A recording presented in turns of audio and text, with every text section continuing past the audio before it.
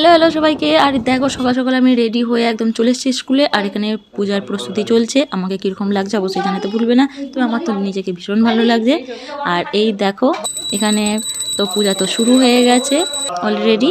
তো তখনও পর্যন্ত অনেকে কেউ আসেনি, তো তারপর আস্তে আস্তে আসছিলো। আর এখানে আমি তোমাদের একটু দেখাচ্ছিলাম আমি কীরকম সেজেছি। আর আজকের আমার মেনু ছিল খিচুড়ি, নবরত্ন, আর ছিল বাঁধাকপির তরকারি, চাটনি, পাঁপড়, মিষ্টি, আর ছিল বেগুনি। এই ছিল আমাদের আজকের মেনু।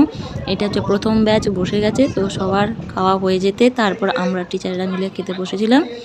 তো চলো খেয়ে নিই তাড়াতাড়ি, আমার তো ভীষণ খেতে পেয়েছে, ভালোই বেলা হয়ে গেছে। আর এই ছিল, বাড়ি চলে এসেছি ফাইনালি। তো ভীষণ টায়ার্ড, দেখেই বুঝতে পারছো আমার মুখ চোখে।